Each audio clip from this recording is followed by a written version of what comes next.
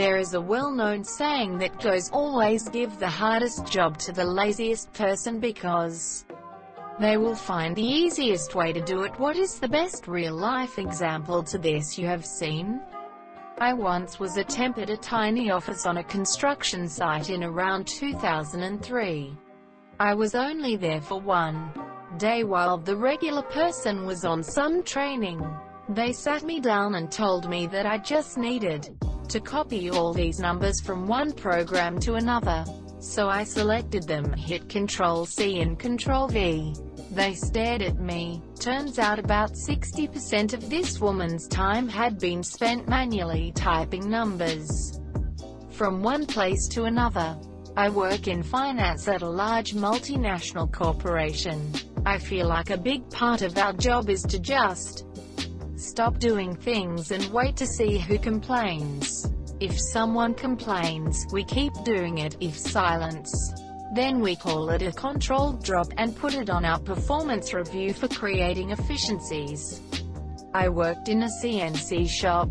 There would be a pile of jobs that needed to be done for the month. Some took days to run while others were generally quick. The record for jobs done in one day was 8. What I did was looked through all the jobs and organized them by setup. Meaning, every job has a setup time. Can take an hour to get all the tooling together, setting up the cutting table, and setting the part square to the table so the machine can gauge where the part is, so when I insert the code into the machine it can run flawlessly and drill, mill, tap, whatever within a literally hair measurement. For every single job, majority of parts use standard tooling, and I have automatic tool changing with 20 pockets. Long story short, I figured out how to line up the jobs so they all have the same setup. Blew the record out of the water with 30 jobs done in one day, saving the company tens of thousands in work hours. All because I didn't feel like doing all the setups that day. Boss hated Excel to the point where he didn't want us using formulas because you can't trust them to be right, so we needed to do all the calculations by hand or on a calculator. He would give me a spreadsheet once or twice a week that required, let's say, 45 seconds to do, but maybe 7 hours by hand. And he told me to go to Starbucks or something and crank it out. He thought that since I pasted those values and he couldn't see the formulas, that I did it by hand, when really I just did it in 45 seconds, sent an email on delay for 7 hours, and studied for the next semester. Dude was the poster boy for failing upwards in your career. First day of internship, he told me with a straight face he was a work harder not smarter kind of guy. I worked a summer at a mortgage company as an assistant to the underwriters. My only job was printing documents and then hole punching them to put in folders. They had a super fancy Xerox printer that basically did my entire job for me, but the underwriters at this company didn't know how to click through printer settings to make the machine hole punch as it was being printed. I showed them how to do it, and they resisted it super hard, like they didn't trust it. So I got to keep my job, but what was supposed to take me all day literally took me about 20 to 30 minutes. First thing in the morning. So they started assigning me real tasks, and even offered to keep me on to eventually become an underwriter too. Because I was so sharp, i.e. I knew how to use the very expensive printer they already had. I was just about to start grad school, so I had politely declined, but I'm pretty sure they didn't hire someone to replace me when I left. TLDR, they had a printer that already did my job for me but didn't know how to use it. I showed them. Maybe not the most impressive story here, but I thought it was a great sidestep of effort. Nonetheless, co-worker of mine had to get rid of a smaller junk fiberglass boat with no trailer. Our other co-workers are all telling him how much time and money he's going to need to spend to get rid of it, and he's just saying, "Oh wait, is that so?" He took off one day, and sat down his lawn with a cooler of beer. That day was garbage day. Inevitably, the trash guys roll up. He hands each of them a cold beer, and says, "Hey boys, got $50 for each of you if you help me out real quick." They fed the entire 12 feet boat into the packer, crushing 2 feet at a time. I used to process HSA claims around 10 plus years ago. One system we had to use back then was an old as hell terminal program that took 4 line items per page, that's it. For a usual claim, no big deal.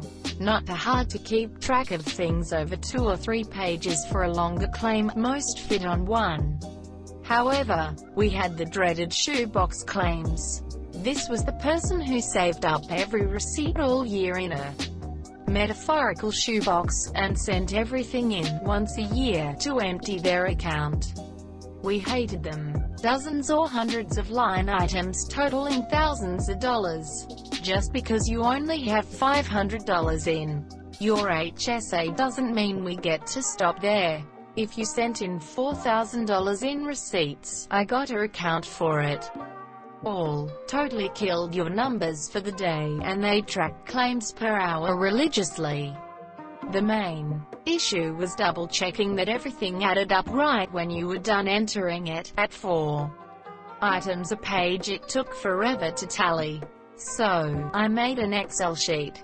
It was laid out so I could enter every single line, then run a macro that would calculate the needed totals, and dump all the text to a text file formatted exactly so I could select 4 items at a time, and paste him directly into the terminal window from the default starting cursor position, and every field would fill in automatically. Copy, paste, next, copy, paste, next, copy, paste, next, etc. etc. It easily halved my entry times with way less work.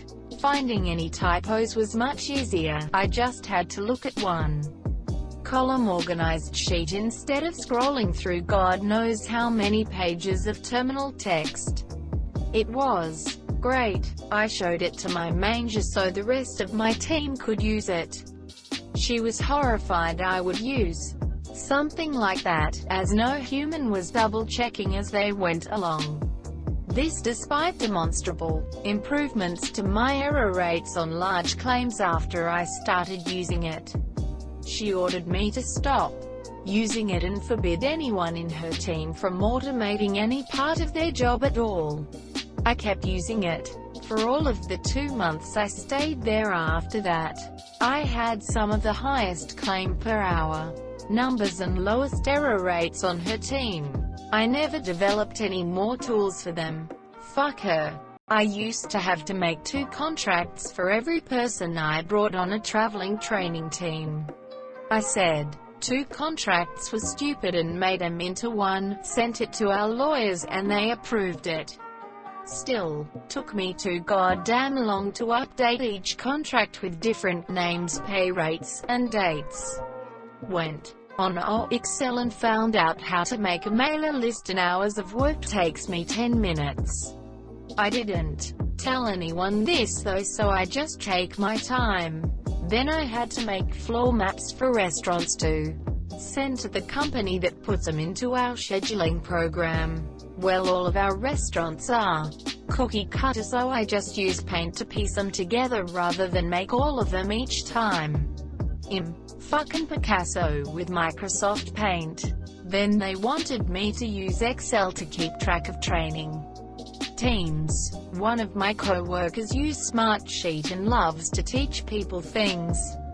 So I jump on Smartsheet with her and she shows me around. Way easier and easier publishing it so that people can see the teams but not mess up any info.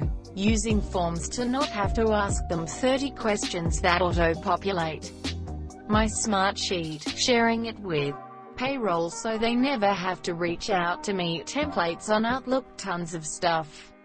I basically took a lot of my job, said fart that there has to be an easier way, asked on Reddit or just Googled things, and spend maybe an hour learning something that will save me many hours in the future. I always tell people to just Google things. They say, I don't know what to Google, and I say, whatever. Your problem is just Google it the exact same way you'd say it to me. Then when they Google Excel thing that makes this do that, they are shocked that they find their answer. Worked as a cashier during the holiday season back when I was 16. The supermarket was selling drinks by the boxes, and at that time, we only had barcode scanners that was at the front of the computer. No gun-type scanners existed. I was lazy and didn't want to carry boxes up to the scanner. So I politely asked my customers if I could carve out the barcode from their box to scan and keep. Some agreed, some didn't want to, but eventually I managed to amass all the barcodes needed, labeled them, and kept them in a file for easy reference. Apparently some other cashier got green-eyed at my smart move and complained to the chief cashier, who promptly lectured me on bullshit alert, how it's dangerous for me to scan such barcodes as I might scan the wrong things. She told me to throw it all away and carry the boxes like I was meant to. I mean, I was young so I could, but the other cashiers were older and some were elderly and needed the customers themselves to help carry the boxes to the scanner. But whatever, I guess jealousy trumps common sense. I work in a semi-warehouse environment and we have to track where items are at all times. When we move X item from location A to location B, we have to type out the to and from locations. We do this hundreds of times a shift.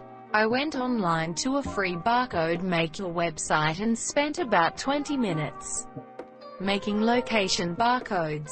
I save hours a day by scanning barcodes. I used to deliver beer. I did not like delivering beer. I may have ended up with 30 stops in a day, including deliveries that the customer would call in to our office for. I used to bring extra beer and blank invoices with me on the truck to prevent having to drive back to my warehouse to deliver one keg to a place that I was currently across the street from. 7 years later, the driver of that route is still doing that. A long time ago I was sent to help a team that was designing some analog test equipment. Big problem was when two of the parts were at different temperatures, the calibration would go off. They wanted me to design a circuit to measure the temperatures of the two parts and apply a correction. I solved the problem by putting both parts on the same heatsink so they would be at the same temperature. It worked. Herding yak with a drone takes the cake for me. They run from it, and oddly fear it, which is surprising considering they have literally zero aerial predators. We only did it a few times because it really makes them uneasy, and doesn't treat them well. But it is very effective and easy, and you can herd them from over 1/2 mile away from inside the house. Edit. I'm really surprised how much this blew up. I've never had so many post replies, but I'll try to get around to answering as many questions as possible. My post history is predominantly yakking off and tower climbing stuff, so I suggest going there if you're curious. At my last job, a truck suspension shop, we did inventory every December and it was someone's job to count all the washers and screws of every size. It was my first inventory and I casually mentioned that they should just weigh one screw or washer, then weigh them all and divide the weight to get the count. Everyone looked at me like I had given them the key to the universe. Counting washers and screws went from a day or two to just a few hours. A few years ago my mum was tasked with fixing my grandparents' toilet while we were visiting for the holidays. The toilet reservoir was constantly filling and running, and thus flooding the bathroom. because the boy arm wasn't lifting high enough from the water in the reservoir to switch off the water flow. My mum, who is normally a very practical person, had been tackling the issue for hours. She was pretty distraught, thinking we would have to order a new boy arm, maybe even a new sensor, or switch and pull the whole assembly apart or replace everything. She was planning out a trip to Lowe's and pricing things out when I walked in. I took one look at it and bent the metal arm the boy was attached to down, so the arm had a slight upwards curve. The boy still reached the same level in the reservoir, but registered on the sensor as higher because of the curve in the arm. Problem solved. Rangers lead the way. I watched it dawn on her what I had done, and she just looked at me like I had a third eye and said, "You little fucking shit. I've been getting my ass kicked by this thing for 4 hours and you fix it in 4 fucking seconds." She was very happy I saved her from more work and spending more money. She calls me her little toilet engineer from time to time. I work on aircraft. It's mildly demeaning. Edit. And now my most upvoted comment is about a shitter I fixed once. Perfect. In high school we had to do 4 book reports every year.